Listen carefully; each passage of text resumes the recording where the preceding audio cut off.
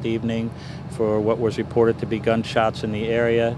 Units arrived on the scene. They found that we had several people that had in fact been shot. 3 of them are deceased on the scene, and we're continuing with the investigation. Since then, there's been a couple of developments. Obviously, you can see all the fire equipment here now. As we were serving our search warrant, we found a suspicious device within the house, based on what we found there, I made the decision to better be safe than sorry, and so we've called the bomb squad in and the EOD people and the fire department to come in and take a look at it. We have evacuated about 15 houses right in the general area. We anticipate that this is going to take a couple of hours for us to get through this. The one thing I do want to tell you that I feel confident in saying at this point in time is this does not appear to be a random act of violence. So I want to make sure that the people who live in this neighborhood understand that. I wish I could give you more details as to why I'm saying that, but it suffice to say it doesn't appear to be a random act of violence at this point. I know some of you are asking about the vehicle that they have down in 95 area.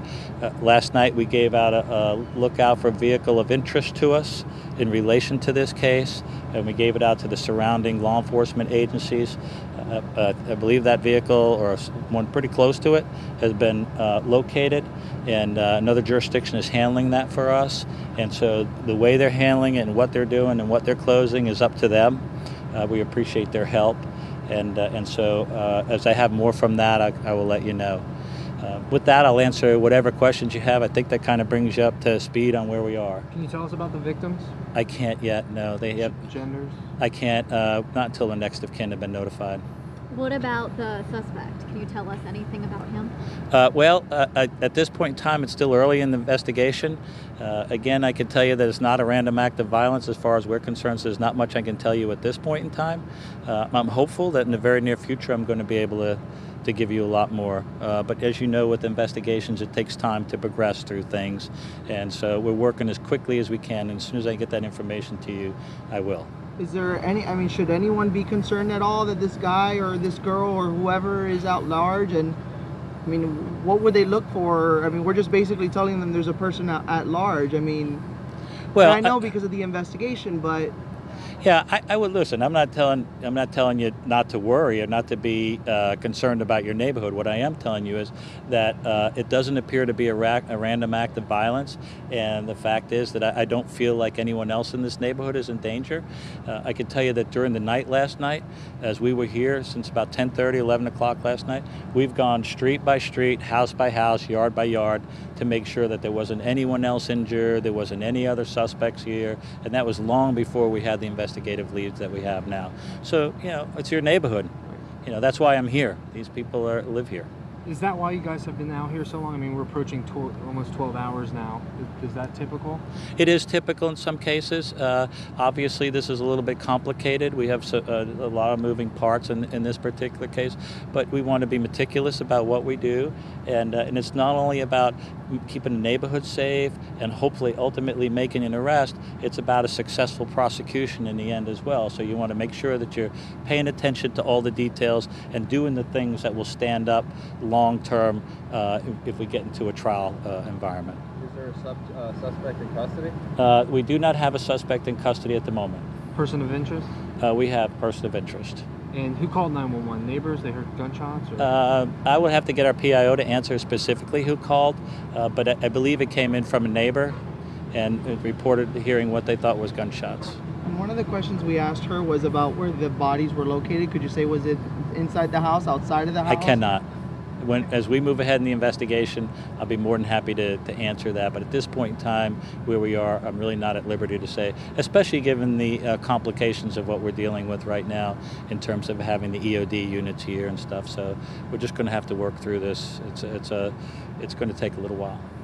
Go ahead. I was going to say, do we know if the victims are related or if they're friends or how that... I really can't release any information about the victims at this point in time.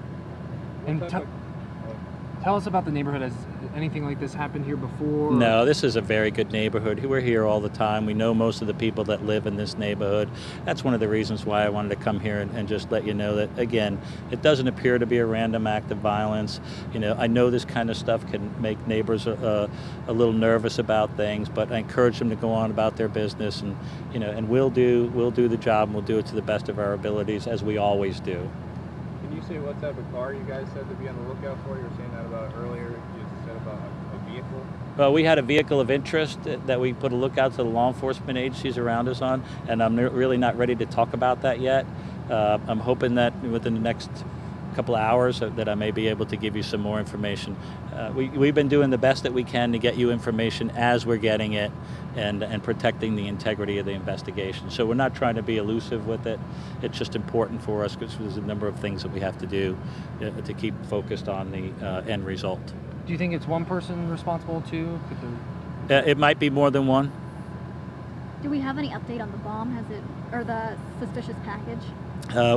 I do not at the moment. There's a lot of preliminary work that has to be done before the actual EOD experts go in and take a look there. The only thing I can tell you, it was enough of a suspicious package to cause concern for me. And again, I'd rather be safe, be on the safe side. So, I have with me our criminal investigations commander, Major Chris Smith, who's been here all night as well.